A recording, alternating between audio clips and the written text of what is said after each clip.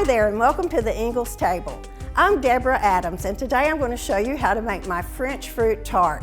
If you'll visit your local Ingles like I did, you can get the best fruit from their amazing produce section. So let's get started. We're going to begin today with one 8-ounce package of cream cheese, and we're going to separate that out just a little bit, and we are going to add that to 1 1/4 cup heavy cream. So we're going to blend that right here in this bowl. Helpful hint on this, let your cream and your cream cheese and your sour cream come to room temperature before you start. So I'm going to beat this for 2 minutes and it's going to thicken up, and then we're going to add the other ingredients. So here we go. You'll just want to continue this straight down the sides for 2 minutes. It will thicken up and be ready to go on to the next step. Okay, our cream is thick. We're going to pull the beaters out and we're going to start adding our cream cheese. I've cut that into about 5 different sections to make it easier to blend in. And here we go. Being at room temperature makes it a lot easier to combine these two. And we really would like for those to be smooth, no lumps. Okay, there we go. Now we're going to add 3 tablespoons of sugar and a tablespoon of sour cream. Going to mix that up, and we're going to throw a little vanilla in there. Okay, 1 teaspoon of vanilla. And use your vanilla extract, not just vanilla flavoring. This has such a better flavor. And this is vanilla cream, so you want to notice that there is a vanilla taste to it. All right, there we go. And here's our puff pastry tart shell. I've already baked that.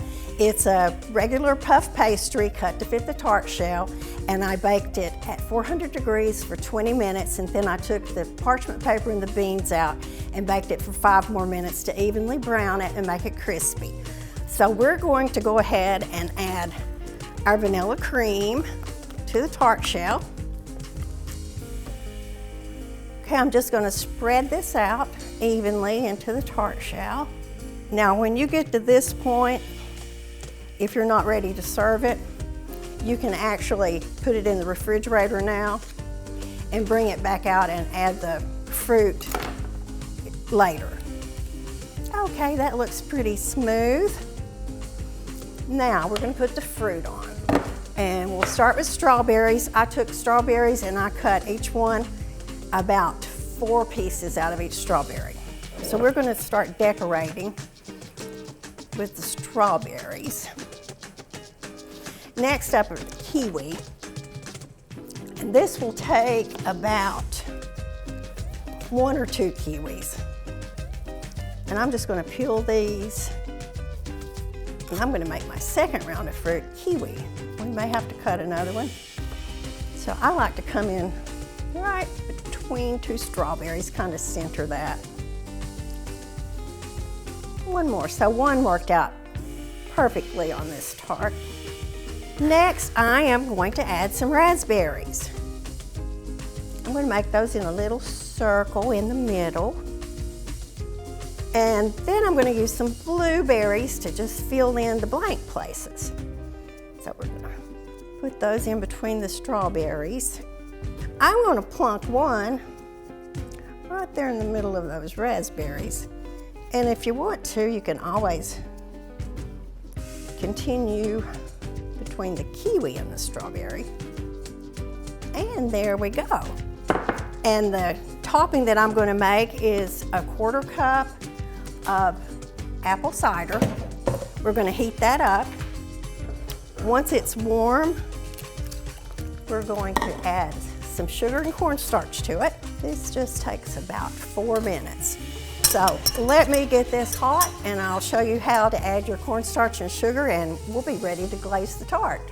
Okay, we're back and our apple cider is boiling. You can use apple juice or apple cider, it doesn't make any difference. Now I'm going to add the sugar and the cornstarch. And I'm gonna mix those up a little bit before I put them in there. You wanna try to keep any lumps from forming, but if it does have lumps in it, just run it through a strainer. It's not ruined at all.